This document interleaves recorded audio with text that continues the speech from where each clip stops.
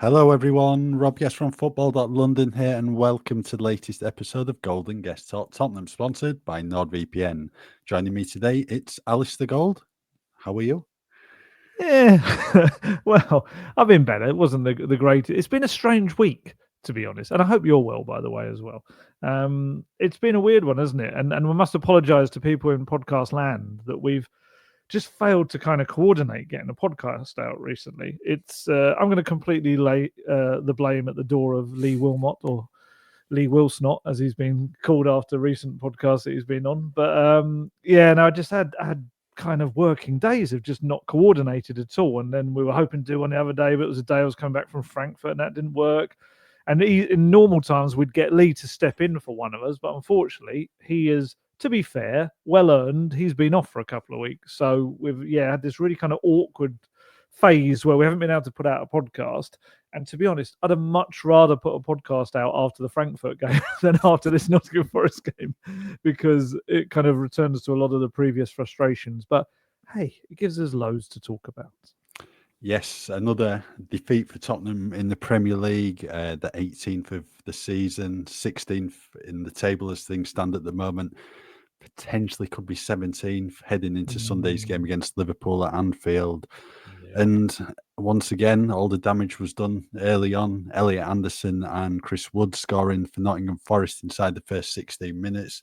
Chris Wood actually had another goal disallowed, which would have made it 3-0. And Richarlison scored 3 minutes from time, a case of too little, too late for Tottenham. But I know we're going to speak about another defeat, but on another day, Spurs could have quite easily won this game. They dominated Nottingham Forest, I think it was 22 shots on goal. Forest had 3, maybe 4. 4, I think it was, yeah.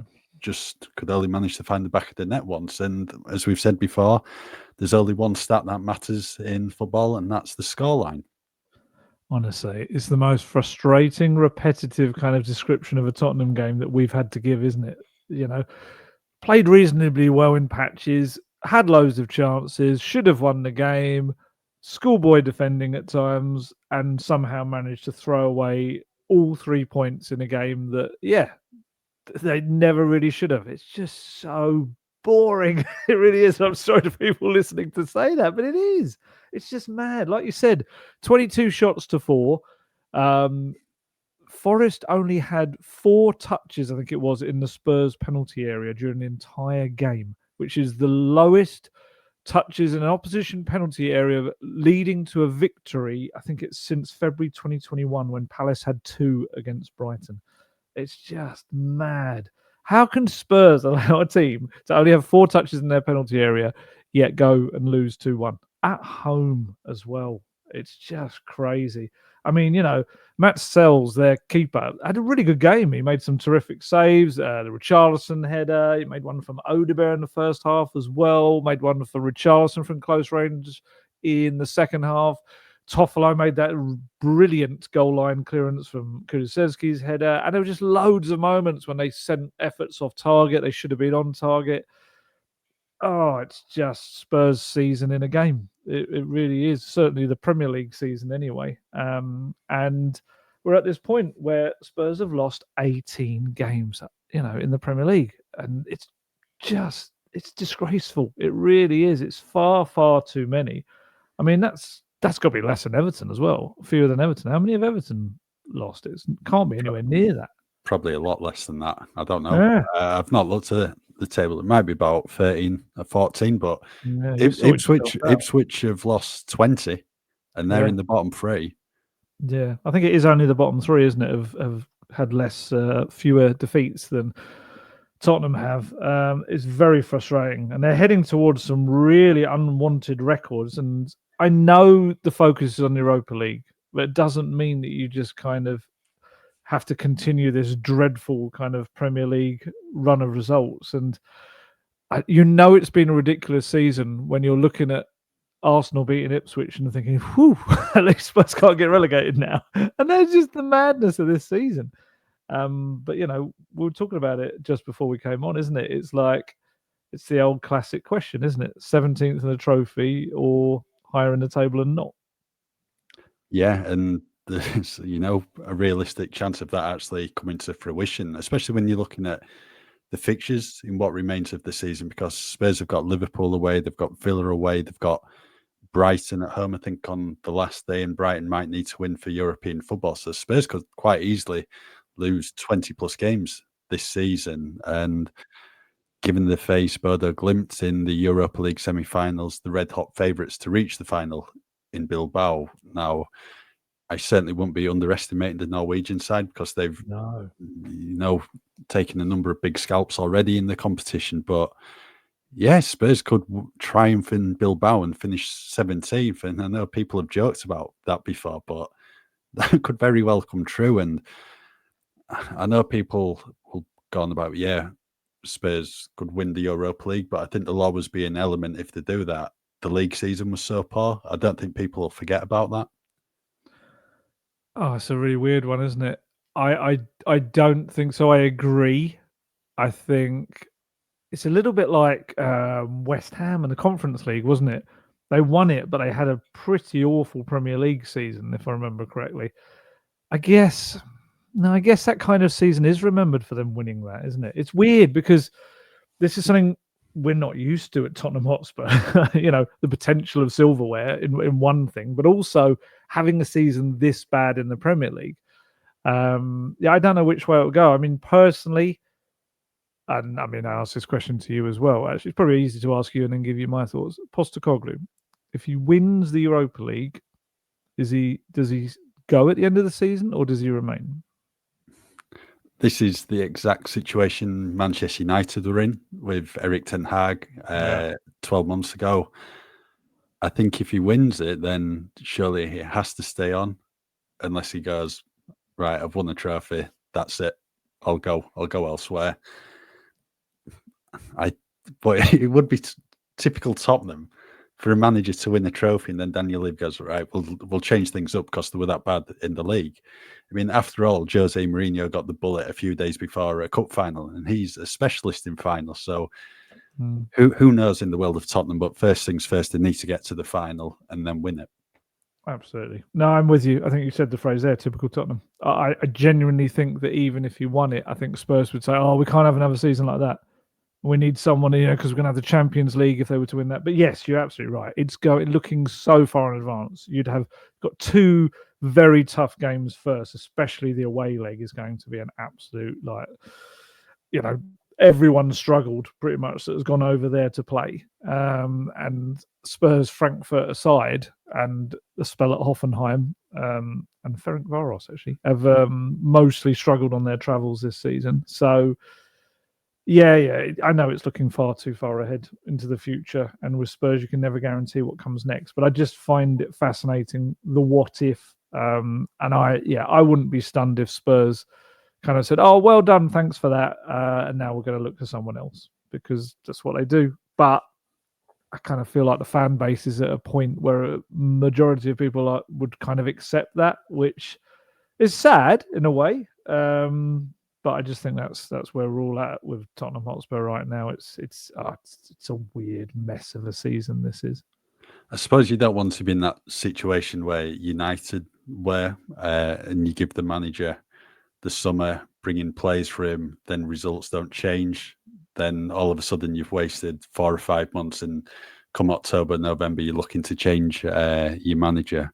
That's it, isn't it? It's about money and trust, and whether they trust him enough to give him the money to spend. Yeah, but we'll wait and see what happens on that front. Anyway, we'll get back to the Nottingham Forest game. Ange said in his pre-match press conference, which was on a Saturday morning for a change, something that I think you were pretty pleased about, given you were working Saturday anyway. Gave me stuff to write about. Ange mentioned there'd be 5 or 6 changes. That's what he did. It was 5 in total. Jed Spence came in, Kulusevski, Pat Matasar, Wilson Odobert, and Richarlison. Then one of the headline, absentees from the Tottenham team and the squad was Destiny Udogie, not in the 20-man squad altogether. And then there was a bit of confusion surrounding him because there was question marks anyway. Why is he missing? Then all of a sudden, he's out there warming up with the team ahead of the game. We'll go into what Ange said about him after when we talk about what he said in his press conference, but he did mention that he wasn't going to play anyway. Yeah. So it didn't really make sense to have him in the squad. But yeah, as we said at the start of the pod, Tottenham, their own worst enemies. 5 minutes in, Elliot Anderson scoring, and probably an effort Guglielmo Vicario should have done much better with. Oh, I'm really loath to kind of lay into Vicario because, you know, he kind of came back really well at Frankfurt and was really strong and led the line well at the back, and you could see him organising everything, and he played his part. But that's 2 weekends in a row now where he's had some really iffy contributions, and I actually felt all 3 of their big first half moments, Forest, he could have done better with. I mean, I think first off, Pedro Porro's made a mistake there. Completely with no pressure on him, no one near him. He heads it kind of across his own box. And who did it hit? Was it someone like Odebear on the way to the edge of the box? I think it hit someone anyway, and it kind of that takes it away from the path of Kulusevski, who's trying to turn. He can't get to it. Anderson has this hit, which hits Bentancur. I still felt, even with the deflection, Vicario gets enough on that. He should not be pushing it into his own net.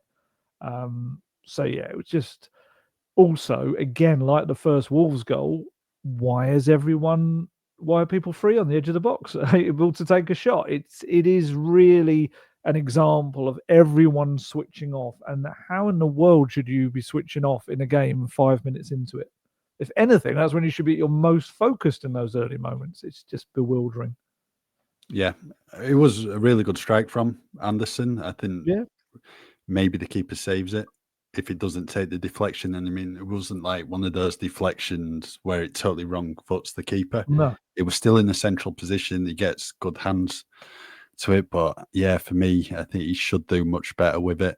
And then just looking back at the disallowed goal from Chris Wood, this was only about 4 or 5 minutes later. Anderson again involved really, really good delivery from a central position into the box. Wood just goes between Van der Ven and Jed Spence with ease, gets a decent contact on the ball, and then Vicario just, again, gets a good hand on it, but pushes it into the bottom corner. And Spurs very lucky there that VAR and those semi-automated decisions, offside decisions, ruled it out. And I mean, that didn't take much time at all, really. We'd probably been waiting for 5 minutes if it wasn't semi-automated. And you could tell he knew it was offside, just the way he acted after it. And what was interesting is, had that happened, 15 minutes later, it wouldn't have got ruled out because VAR disappeared because they was it a fire alarm at Stockley Park, wasn't it? So we had a little period of the game where there was no VAR, and that would have been classic Spurs to kind of concede in that sort of time an offside goal. But defending again was dreadful. I mean, they could argue, well, we held our line and he was offside, but I didn't get the impression they had any idea that he was between them, Van der Ven and Spence. And again, Vicario, where's the strong goalkeeper risk? He didn't hit it hard. He just kind of pushes it into his own net for a second time. So, yeah, fortunate on that one, but worse was still to come. Yes, the third goal, all coming from, I think, Cristian Romero's tackle on Elliot Anderson on the halfway line. Bit of a needless one, really. Didn't need to go in for it with a rash challenge. And yeah, Forest played the ball down the line to Alanga. He's cut inside, whipped in a really good ball, and Chris Wood, all the space in the world between Romero and Van der Ven. Vicario coming out for it, caught in no man's land, getting nowhere near the ball. I mean, if you're coming out for the ball, you've got to take it, but he's got nowhere near it, and probably one of the easiest goals Chris Wood's going to score all season. Oh, it was so annoying. I've watched that one back. So you've got little kind of subplots that go on. You've got Van der Ven having a little grapple with Wood before the ball comes in. Wood just like flicks him aside like he's a bug on him. He just like flicks him away. Van der Ven kind of just loses him for that half step, and that's enough. He's away. He's in between him and Romero. Romero's got no idea what's going on behind him whatsoever. And Vicario, it's like he's auditioning to play Superman. He just like flies forwards, fists out, and like you say, nowhere near it. He's like a mile away from the ball. He doesn't even like take Wood out or go into Wood. He just flies past him. And yeah, so the two ways that Forest are their main avenues of trying to cause you problems: set piece or lumping the ball into Chris Wood, and they scored from both. It's just like, what are you doing? All of your preparations in the days ahead for those two things, and you concede, what was it, in the first 17 minutes? You concede 2 goals and almost a third but it was just offside. It's yeah, and I mean, I know he was always planning to take Romero and Van der Ven off at half time. I thought Spurs looked the better for it. And which is a shame because both players had played really well in Frankfurt. But I actually thought Danso and Davies looked more solid and able to deal with the threat that Forest brought. Yeah, I mean, it was only the one chance in the second half, pretty early on. Some really good work between Chris Wood and Morgan Gibbs-White, and Gibbs-White just really dragged his shot wide of the target from the edge of the area. But other than that, Forest didn't really threaten. It was all Tottenham. And just going back to Vicario, would you consider changing him for the Liverpool game this weekend? I know Ange was asked about him in his post-match press conference, and he said he's no issues with Vicario at the moment. But if you're looking at the Wolves game and now Forest, he's been at fault for a number of the goals. It's really difficult, isn't it? But he went to Frankfurt and played well and was really solid. I think I get the impression Postecoglou is quite loyal to his kind of big names, especially when they're a little bit out of form. You kind of feel like that this season. So I think he'll stick with him. The only way, as you could say, is if you were to give Kinski a go at Liverpool and say it's just kind of letting Vicario clear his head ahead of the Bodo Glimt game. And I'd be surprised if he does. And I mean, let's be honest, against Liverpool, he's going to have the opportunity to probably try and make a lot of saves, which might get his confidence up. But I mean, Kinski was not. It's difficult to say because he's only just come to the club, really. But he was starting to a little bit shakier towards the end of his little run. So maybe that's in the back of Postecoglou's mind. But he hasn't been great, Vicario, in recent kind of weeks, the Frankfurt game aside. So yeah, I think he'll stick with him, but I could absolutely understand if he wants to. I just think it's probably the wrong time to do it. And he's also a bit of a leader, and they don't really have those. Yeah, I'd keep him in as well. I think maybe it can give him a bit of a confidence boost going into the Bodo Glimt game. Maybe have a bit of a different decision if Kinski's registered in Europe because he's second choice goalkeeper. And if he played at Liverpool and then, produced a really good performance, then does he come into you thinking to start against Bodo Glimt? But that's not the case. If Vicario isn't to start, it's one of Brandon Austin or Alfie Whiteman in the Europa League because Kinski and Fraser Forster aren't part of the 23-man squad. I'd keep him in. I'd be surprised if he changes things up. I mean, he will rotate at Liverpool. To what extent, we don't know. But yeah, I'd be keeping Vicario in goal. Talking about Tottenham going forward then, because once they went 2-0 down, they did have a number of attacks. What did you make of Matisse Tell and Wilson Odebear on the night? Because they looked the two most likely to make things happen, especially in the first half. Yeah, I thought Matisse Tell looked really bright. I thought he looked... there were little moments, just little flicks and touches and interplay with Spence that kind of showed that he's got a bit of confidence right now. He looks like, while everyone else was maybe kind of flapping around a bit, I kind of felt like he looked like, okay, I know what I'm doing. I'm in a bit of a rhythm. And I think, Frankfurt as well, I think he's been pretty positive since he's come in with Sonny being out. So...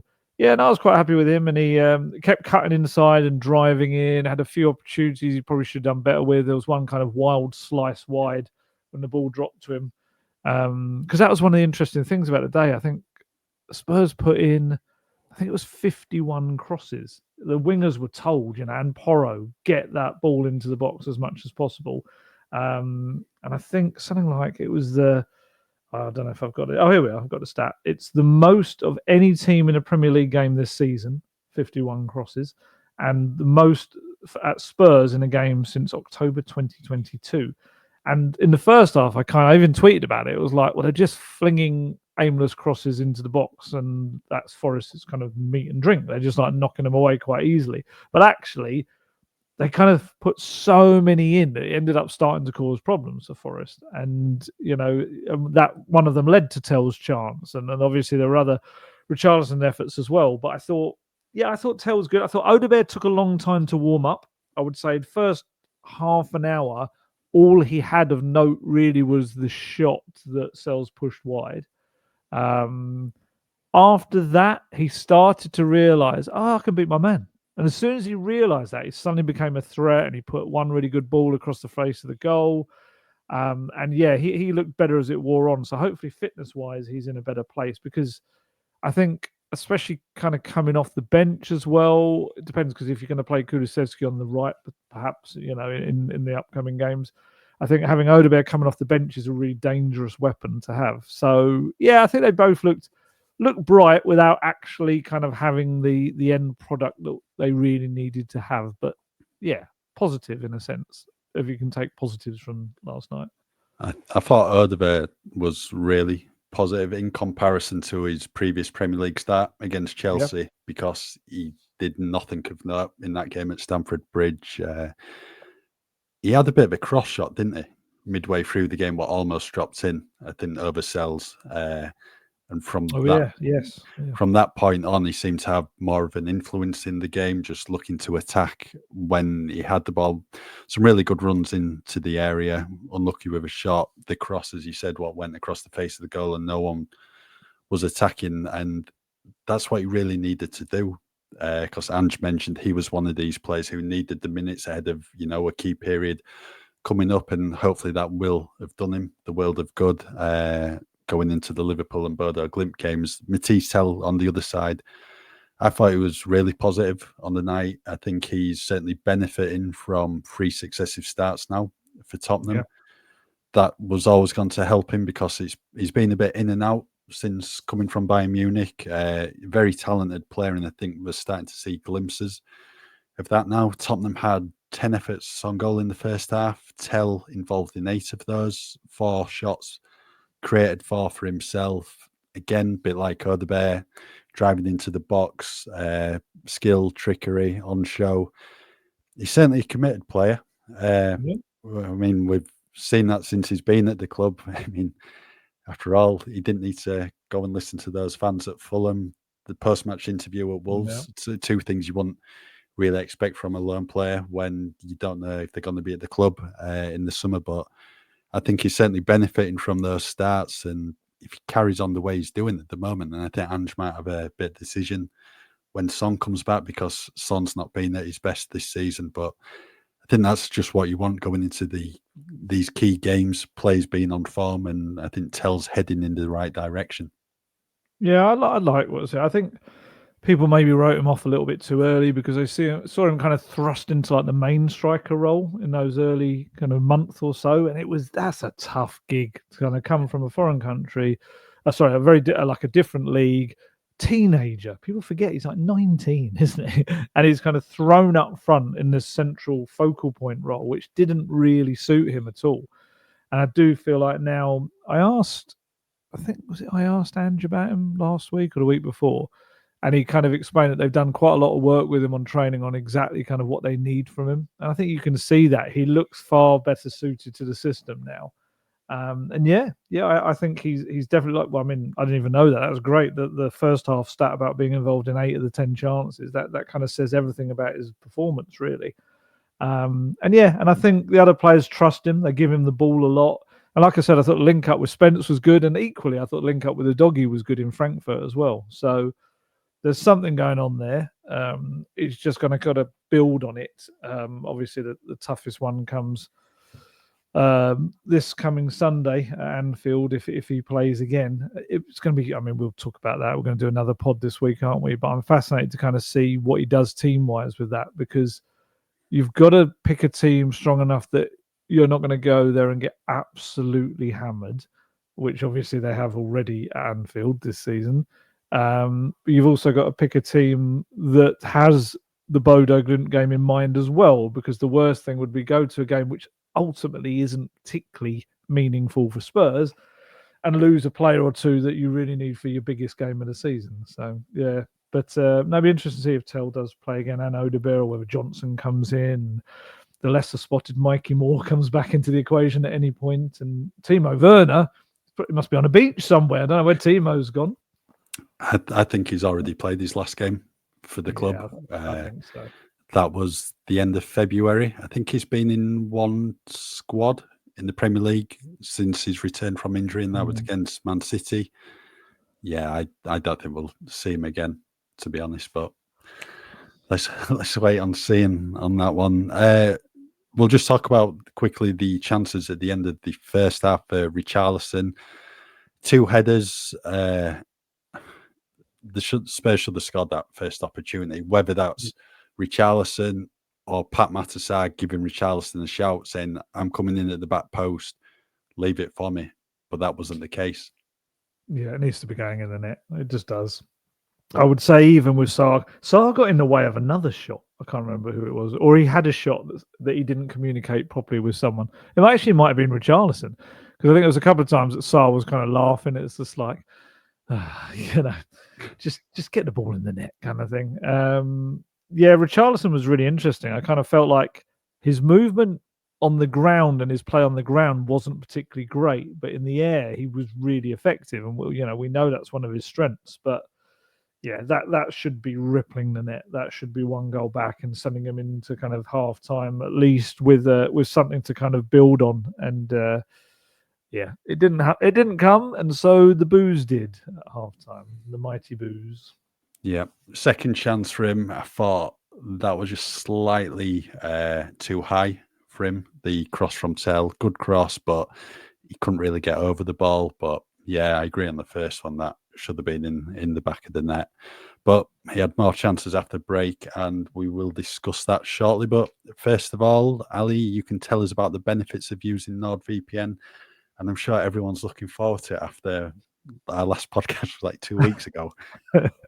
I'm sure they're desperate to hear this. Yes, to be honest, the last out in Frankfurt, it was very helpful again. I did use Nord.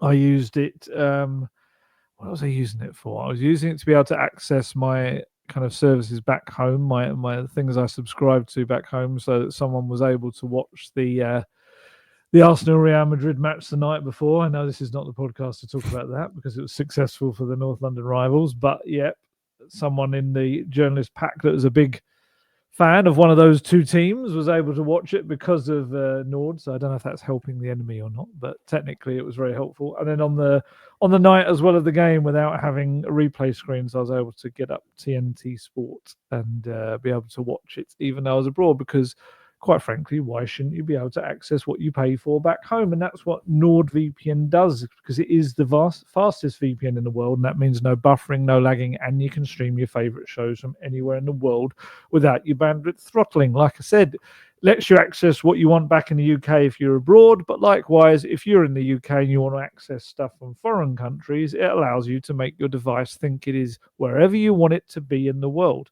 So that could mean that you book a hotel room, maybe if you're looking to be at the final in Bilbao, if Spurs do go that far. You could maybe use your device to thinking it's in Spain, and that might get you better deals on hotels and the like over there. Or if you're looking to get a hotel in the small town of Bodo, I think it's Boudou or something it's pronounced, isn't it? But you might want to use Nord to help you with that, or flights or anything like that.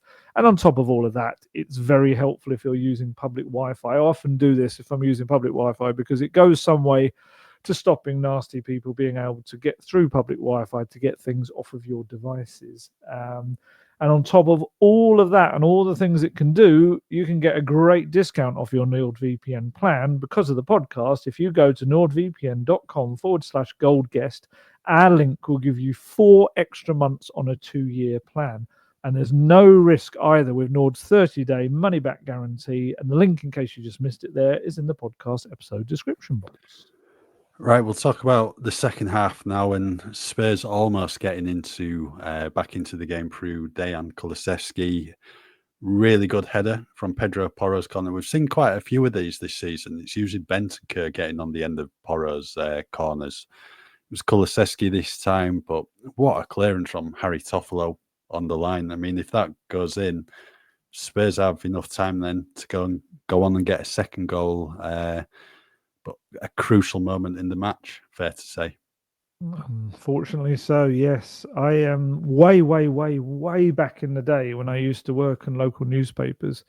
We kind of used to write quite a lot about Harry Toffolo because he went to school within the patch one of the patches that I covered. I think, if I'm not mistaken, I interviewed him way back. It might have maybe been his Huddersfield years. It was way back. And so on the night, I was like, oh, it's really nice to see kind of here he is, all these years later, he's a Premier League player. And it's fair to say in that moment, I was not thinking it was really nice to see it as a Premier League player because it was a brilliant goal line clearance. When you watch the replay, he gets it right on the line. He absolutely saves Forest there. And I think at that time, Spurs score, then the momentum probably does really push behind them to go and, get another one or two. It's a great header from Kulusevski. We don't see him kind of being that great in the air. Even that famous, was it a winner equaliser? I can't remember now. At the Etihad came off his shoulder, kind of, wasn't it? The one we kind of associate with him. So yeah, really nice glancing header. He actually said after the game, didn't he? I manifested that. That's one I've been manifesting for a while. Yeah, great. As Porro corner, wasn't it? Flicks it on, and yes, of course, Toffolo is there at the perfect moment. I think it even came off his shin. He just kind of got whatever he could to the ball to get it away, and yeah, unfortunate, but would have been a really nice goal otherwise. Yeah, during Decky's time, speaking on Tottenham's review show after the game, it's actually quite an interesting interview. We discovered about his recent foot injury because when Ange has been asked about it in press conferences, he's said it's a foot injury, not really specified the exact extent of the injury. Decky mentioned it was actually a stress fracture in his foot, had the boot on for a month, couldn't really move, but he's now feeling great. Did mention he was very angry about the defeat yesterday, but yeah, he certainly gave us a bit of an insight into why he's been absent for 6 weeks or so. Yeah, he's fascinating. Whenever you get Decky for an interview, I felt sorry for him because there was a little period of season where he was just being put up all the time because he was like the one constant in the team, and he was just like kind of, you could tell on his face, it's like again. But now he's kind of been away and he's come back, and you could see the freshness even in the interview. And just he went at the defending. He's just like, that's just not good enough, You can't come into a game and, in his words, concede 3 goals in 10 minutes or so, because he included the offside one because he thought defending was bad on that one as well. And I mean, that's I know different forms of leadership, and he said it himself. Actually, he was asked what kind of leader he is, and he said, look, I'm a man that I want you to follow my actions, not my words, kind of thing. But I do think he actually, when he speaks really well. And I think people probably listen to him. I mean, he's the captain of Sweden, isn't he, nowadays? Or he certainly has been this season. And I do feel like when Decky talks, people listen because he's honest. He's not critical in a kind of a nasty way. He's just very honest. And he says exactly what it was. And it was defending was absolutely horrendous for those 3 moments. And this could be one of the small positives kind of that comes out of this period, is that we all knew he needed a break. He was one of Spurs, probably the best Spurs player in the first third of the season or so, then was overplayed and looked absolutely shattered. We saw him in games barely able to run up the pitch because he was just so tired. Now he's actually had this little month or so's break or more break. Once he gets shot, I did think he was quite rusty. I thought first half especially, I thought he was giving the ball away too much. But if you get a fresher Kulusevski for these remaining games of the season, then maybe he plays a big part in something remarkable happening in the season where we didn't think it would. I like Kulusevski. I still think he's very underrated. I still think people don't quite get just how good he is. And I think hopefully we'll see that on a big stage before the season is up. Yeah, I think 45 minutes against Frankfurt, 67 minutes last night against Nottingham Forest, only gone to help him. And you'd probably expect him to play a decent chunk of the minutes at Anfield as well on Sunday. I know, I think we mentioned that on the last podcast with Kevin De Bruyne going from Man City. I'm surprised there's not been more talk of maybe Kulusevski to Man City at the moment. So I know there's been talk of Florian Wirtz from Bayer Leverkusen, Morgan Gibbs-White at Nottingham Forest. He just seems the perfect Pep Guardiola player. And just going back on what you said as well about his leadership, I think it was a couple of games after he got injured against City, there was a video on Tottenham's social media accounts of, I think it was him, Bentancur and Romero being handed their, it was like a picture for like 100 appearances. Might not have been Romero. I think it was definitely Bentancur and Kulusevski. And they asked Decky to say a few words at the end. Can't remember what exactly he said, but certainly a leader for Tottenham. And I think that's clear to see in every interview he does. I like that, what he said yesterday about not really interested in words. It's more about actions. And that's what Spurs certainly need to do on the pitch right now. Oh, they really do. They really do. Yeah, we've heard too many words. They're not just not doing enough, really. And yeah, it'd be interesting to see whether they build the team around Decky in the seasons to come or not, because it's a very young team. And if certain players leave this summer that potentially could, and you got players like Sonny that are kind of maybe kind of heading towards the latter stages of their career, maybe at Tottenham. Whether Decky ends up becoming a bit of a captain, a leader in that dressing room. Yeah, we'll speak about Richarlison's goal then towards the end, 3 minutes from time. Really good header from him into the far corner. Matt Sells couldn't get to this one a few minutes earlier. Pretty much carbon copy with the header. Managed to get a good hand to it creeping in. Richarlison, I was looking at his numbers since he's been at Spurs. 20 goals for Tottenham, 10 of those with his head.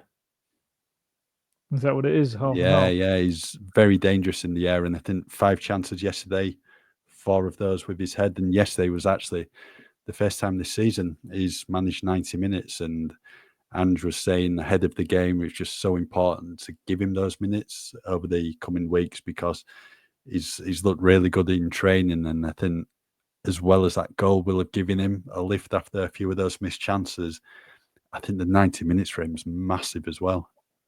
And the mad thing, it's his 4th goal in his past 5 Premier League matches. Yeah. It's crazy, isn't it? It is just crazy. He has an impact, but he's just not available enough.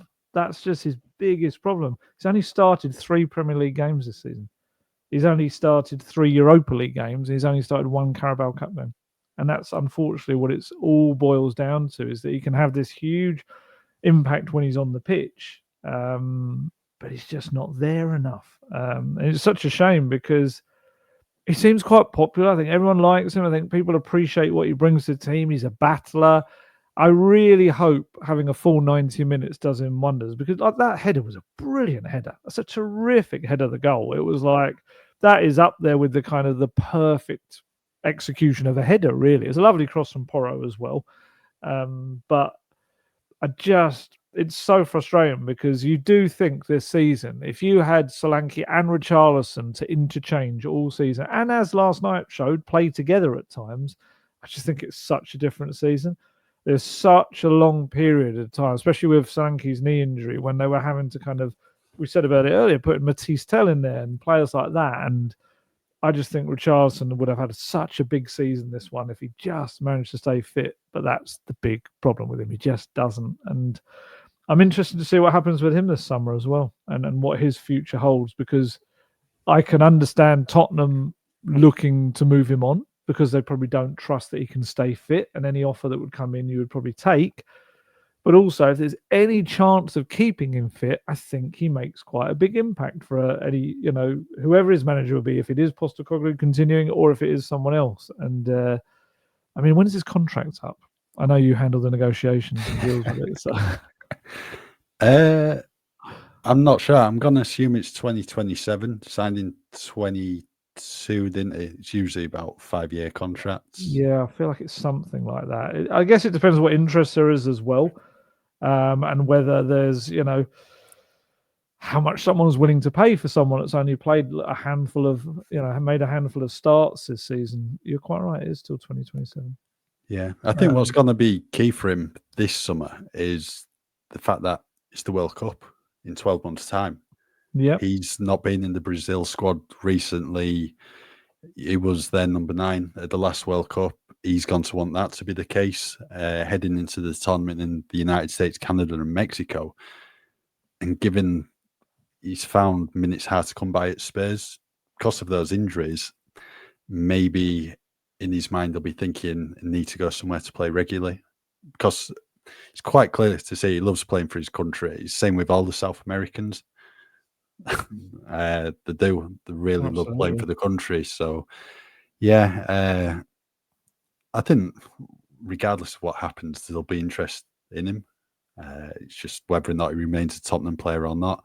But I think, at the current time, you've just got to keep him fit for these next 7 games, potentially 8 if there's a Europa League final. He might not start the games, but if you can bring him on for 15, 20 minutes, you can see he can make an impact and crucially score goals. Yeah. Yeah, no, he is such a kind of a frustrating figure. And to be fair, it must be incredibly frustrating for him as well. Yeah, 100%. I think he just wants to play football. I think that's every player wants to play football. And when 3 seasons at the club has been so stop-start for him, and it must be especially frustrating at a time when like Dominic Solanke's out injured. But he's fit at the moment. Just got to keep him fit now for the rest of the season. Right then, Andrew's post-match press conference, you were in there. I know he said he was pleased with the football they played. What else did he have to say? I think I'm riled him a little bit, which it just kind of had to be done, really. Not that I had to wind him up, but just the first question was just the kind of the bog standard starter one. 22 shots to 4. How have you lost that game, kind of thing? Which he just essentially said what we've said on this podcast. Unfortunately, story of the season, just not taking the chances and 2 moments of lack of concentration and focus. But then I had to kind of say to him, because the problem is you can't lose your 18th Premier League game of the season. Sorry, can't have your 18th defeat of the season in the Premier League and that not be kind of put to the manager. You can't that can't just be brushed aside as, oh, well, another one. So I kind of just said to him, look, that's 18 for the season now. And I said, like, what do you say to the fans after something like that? And you could just see it's a bit like, you could just see that little bit of annoyance that the kind of having that question. And I'm trying to think what he said now. It was kind of, he said something about like, it's I don't have to say anything to them. Not as in like, it's not my place, kind of like as in they already know. They're already frustrated and kind of angry about all of this. And yeah, it was, he said, look, I know it's not good enough. I know it's too many defeats and things like that. And it is, it was a little bit, yeah. I mean, he talks about, there's a sentence he used in one of the answers, I want to say. I was in his first answer. He said, for us, it's just been a season where at times, even with the challenges we've had, and we have had challenges today, having to make changes to the team, but it's really frustrating because our football good, but we lost another game. Like challenges about having to change the team. Is that challenges or is that just playing another game and rotating your squad? I don't know if that's a challenge. This is the thing. I think genuinely they had challenges midway through the season. We know that. We spoke about it kind of at length of the amount of injuries they had. I just feel like right now is the problem period for me with Postecoglou, is that he's got everyone back pretty much, and they're losing games in the same manner as they were at the start of the season. And he was actually asked about this, about whether it was about experience and leadership, and he said, well, it isn't, because we're still making the same mistakes. We're not learning from them. And it's a bit like, that comes back on the manager as well. I do feel like this is the problem. It's absolutely understand that there's some players coming back now. There's some new partnerships that we haven't seen too much of, like we said, Tell and Spence and Tell and Udogie in the last game, little things like that. But still, the manner of the defeats. I mean, we were talking earlier in the season about going to Leicester in the opening game and having most of the chances, but not coming away with a win. We're talking about them playing Newcastle and playing really well, but coming away with a defeat. And here we are, all of these months later, and there's Sonny's out. Maddison, yes, he could have technically come off the bench, but you're not looking at loads of players out, and kind of there's almost this thing of the challenges of having to change the team. It's like, well, it's not challenges. You made 5 changes, and there were good enough players that could come in, and you still should have won that game. So, yeah, it's a difficult kind of period this for Postecoglou. I feel like almost this is the most difficult period for him, even more so the injuries, because the injuries was a very valid reasoning behind the results not going Spurs' way.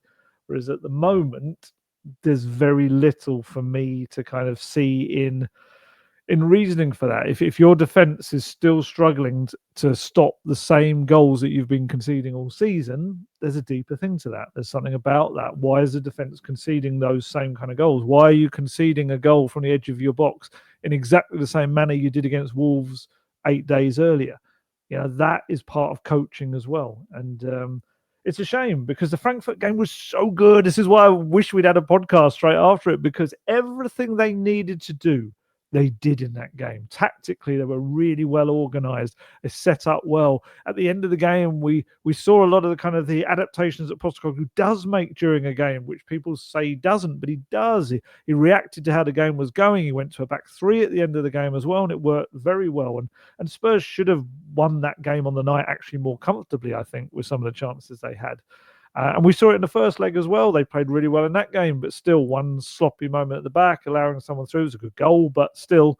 And they should have won that one by a landslide as well. But yeah, I mean, it's just a very frustrating point at the moment. And you can tell Postecoglou is getting frustrated in press conferences when he's having to answer questions like that, like, 18 Premier League defeats. But the problem is, I'm sure he's aware of it, but he is at a point where he is about to be considered the worst Tottenham Hotspur manager, stats-wise, in Premier League history. They've got to get 8 more points.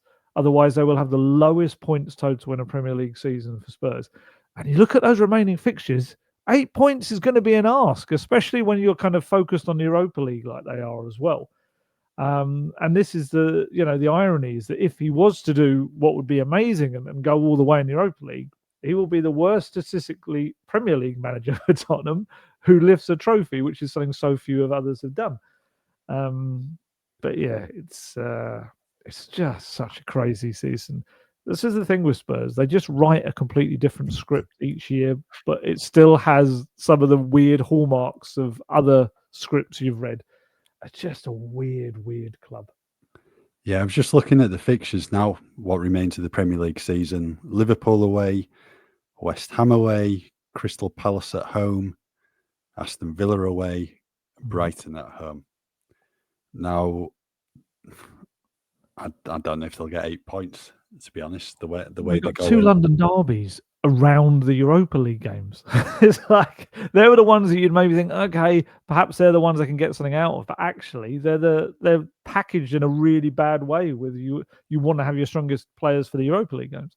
Yeah, the Crystal Palace one, I mean, they potentially might have an eye on an FA Cup final the following week. We'll know whether that's the case this coming weekend. The Villa one, which is down for, it's either 2:15 or 7 p.m. They've not made their mind up yet. That could move as well, couldn't it? That could move. And looking at the fixture schedule, there's like barely any free weeks in what remains of the season.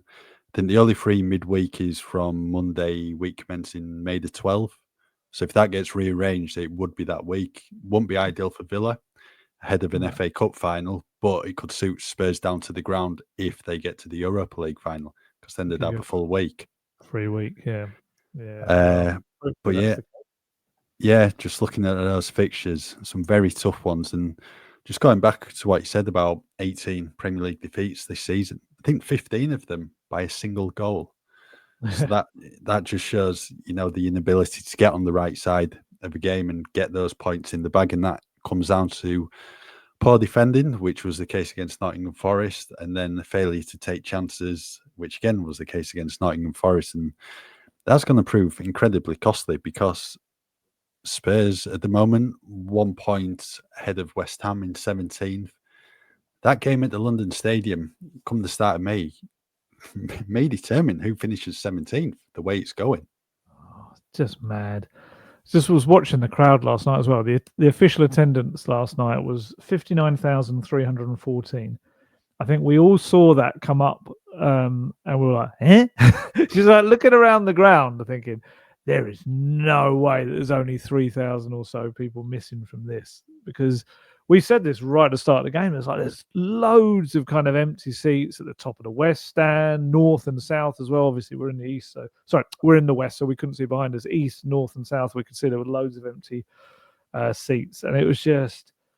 I don't think they would have done what, because it wasn't the big thing about Arsenal. Arsenal would do their attendance based on the tickets sold rather than coming through the turnstiles. Yeah, but it felt like that kind of one, unless everyone had just gone off to the bars because they couldn't be bothered to watch the game anymore. I don't know, but you can't blame them, to be honest, right now, because I think Spurs have lost. What is it? They've only won 6 of their 17 Premier League home matches this season. That's dreadful. It's so dreadful. They've lost 8 of them. And, the whole point of the Postecoglou era was that, he's going to come in and he's going to play the attacking football. And yeah, they've scored a lot of goals.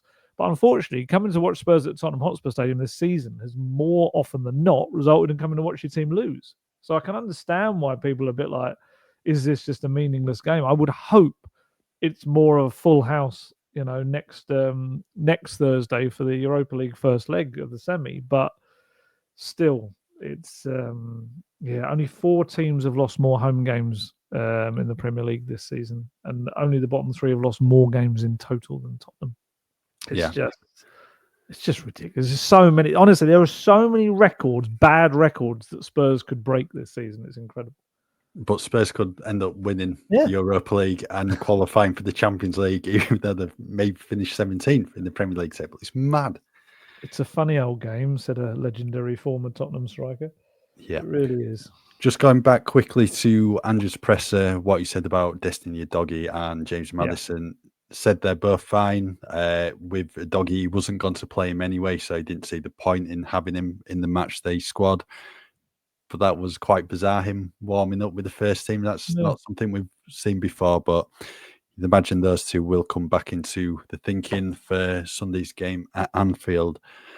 As well as that, another big talking point last night and this morning, some quotes from Cristian Romero, speaking in an interview at Tottenham's training centre, in an interview for back in Argentina.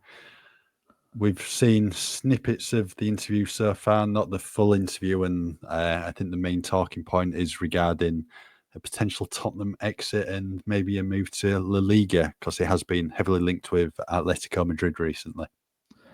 Yeah, I just got the train back. There was like some lot of train issues. White Hart Lane station closed last night after the game, which was really helpful for everyone. And just got back from Northumberland Park, got in my car, drove home the rest of the bit. As I got out, another journalist just messaged me. I just looked as I got out of my car, and it said, "When did the Romero interview drop?" I was like, "Oh no." What? Because whenever Romero does an interview, something's in it. There's something that is like quite like a whoa. And so I kind of scrolled down. I was like, "Oh, here we go." Because obviously, immediately what happens is the social media takes what it wants from interviews, doesn't it? And it kind of plucks little moments. And that's not to say that everything was perfect in this interview. I still don't believe that. But yes, there were kind of bits grabbed out of it that did sound like in the aftermath of a game kind of thing. He'd gone, "I want to play in La Liga." It's like, oh, it's really badly kind of timed. This is obviously what is going to be done by the foreign kind of the media involved in it. They are going to release it at the maximum impact time. And I guess in the aftermath of a game, which presumably in Argentina is earlier in the day, they're behind, aren't they, time-wise? It'll be like America. They're behind. I'll just... So it's not going out in the middle of the night back home for him. And the interview itself, in context, it's not quite as it sounds when you take it out in the snippets. He talks about taking things day by day with the club, and they're in a semi-final, and he really wants to win it for the club because it hasn't got this far in a long time. And he said about his future, I haven't even spoken to my agent yet. Open to anything. We'll see what happens at the end of the season. So it's actually not this kind of want-away thing that it's kind of been set as.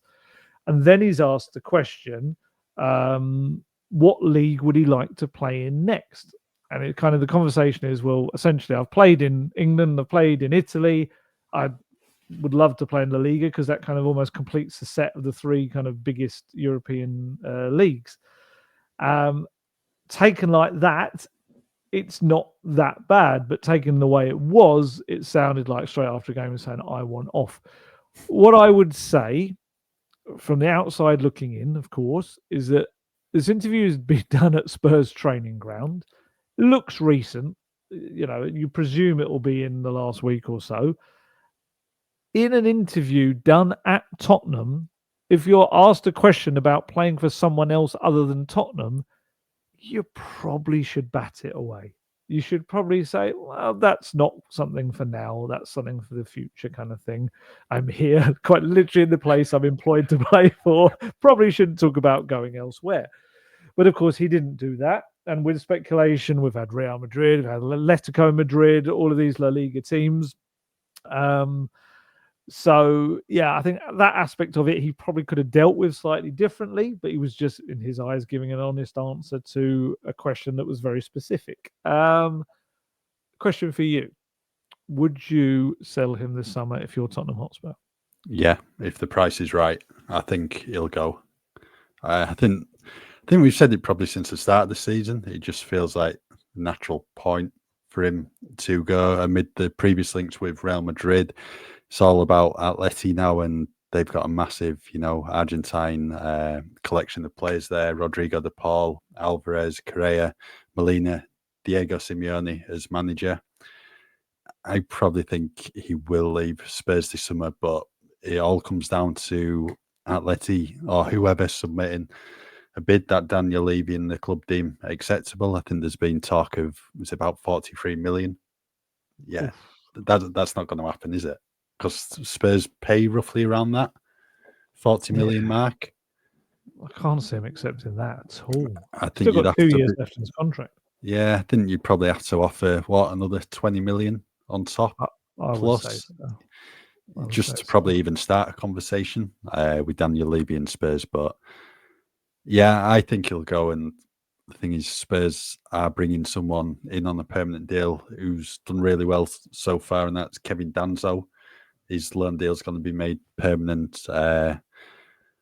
He looks to be a good defender at Spurs. But yeah, I imagine Romero's time at Tottenham will come to an end this summer. Yeah, and it's a shame. I like Romero.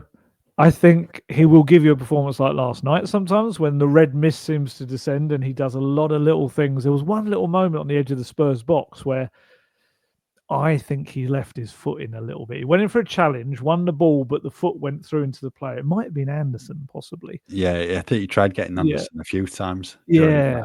But then after he'd made the challenge, I kind of felt like he just kept his foot in there. You know what they do when they kind of pull their foot away, but actually they're kind of dragging it across the player? It kind of felt like he might have done that then. I'm not 100% sure, but it looked like he might have. But it was just one of those games when you could kind of see, had he played the full 90, he might have got himself sent off. He got a yellow, didn't he? But this season, how many games? Spurs have played 52 games. How many do you think Romero's been involved in? 22, something like that. Oh, you're so close. 23. So not even half of Spurs games he's been available. And of course, judging on his previous comments, he'll say that that's down to the medical staff rather than himself. But yeah, it's been his worst season for Spurs, without a doubt, in terms of how he was playing pre-injury and the amount of games he's lost to injury. He has had some good games. Like I said, in Frankfurt, I thought he was really good. But I agree with you. I think we're at this point now where it's probably the crossroads moment where I think he probably wants to move. And I think if Spurs were to get a big offer, they would probably take it. That's the sticking point for me, is whether a big offer comes in. I think only a Real Madrid maybe could pay that sort of money, whereas I don't think Atletico could. Funny enough, this interview, timing-wise, reminded me a little bit of Kane doing the Gary Neville golf course interview in 2021. 5-6 games to go, something quite big to play for, and an interview comes out about the future. It did remind me of that. I wouldn't say I'm putting him in the same category in terms of Kane was like the biggest prized asset. Spurs. I mean, he didn't leave for another 2 years after that, despite suggesting that he would maybe want to. Whereas with Romero, I don't think the fans on the whole would be as devastated. I think there's always been this slightly unfair tag that he's had of caring more about playing for Argentina than he has for Spurs. I don't think that's always been the case, but I think it's stuck around with him. And like you say, Danso, you've got a great replacement there straight off the bat. I think Danso, we saw in the second half last night, brings a lot of the front foot kind of trying to push the ball forward play. I think he played a really good ball into Sarr in the box, Danso, which Sarr just took a heavy touch, didn't he? So I really like Danso. And of course, we've spoken about him enough. You've got young talent coming in Vuskovic as well through the door. So defensive-wise, there are more people kind of coming through. And I think they'd buy someone else as well. I mean, if you got big money, I mean, they'd probably be... there'd be too much competition for him, but like someone like Gay, they've always wanted from Palace, and whether in the summer, and I know Palace have had a better season and all that slightly, and well, they could go in the FA Cup, who knows? But yeah, I think it's an area of the squad where I think they'd maybe willing to, so that they don't. I think a lot comes down to whether he's got any intention of signing a new contract, which you'd be surprised if he has this intention of going and playing in La Liga, but. Yeah, I thought it was an interestingly timed interview, which maybe wasn't as bad as it was made out to be by the little snippets that went on social media. And also, even fuller context is to come when we get the full interview in the next couple of days or so. But he's always an interesting one when he does his very rare interviews. It's just such a shame that he's never really learned English to a good degree, because he'd been a fascinating guy to have in the mix zone and stuff after matches. Yeah. I mean, this bit, what's already been released, this could be quite tame in comparison to what's it could be, yeah. Maybe. Well, he's spoken out about the kind of the hierarchy, the medical staff before, and everything. Yeah, I think every Spurs fan will be keeping the eye out on that one, and I think we'll have it on football.london at some point once it's published back in Argentina. I think we'll leave that there for today's latest episode of Gold Guest Talk Tottenham. I think we're planning to be back on Thursday to discuss maybe what else Romero has to say, and then look ahead to Sunday's game at Liverpool. So in the meantime, just keep with us at football.london for all your latest Tottenham news. To get the best discount off your NordVPN plan, go to nordvpn.com/goldguest. Our link will also give you 4 extra months on the 2-year plan. There's no risk with Nord's 30-day money-back guarantee. The link is in the podcast episode description box.